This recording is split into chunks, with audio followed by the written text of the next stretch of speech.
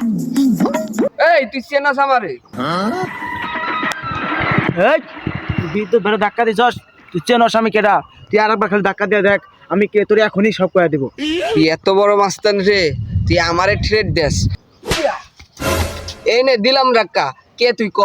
আমার নাম বিদ্যুৎ, আমি কুমড়ি মধ্যপাড়া বাজারের পাশেই থাকি। আমার আব্বুর নাম জানিক শেখ, আমি একজন স্টুডেন্ট।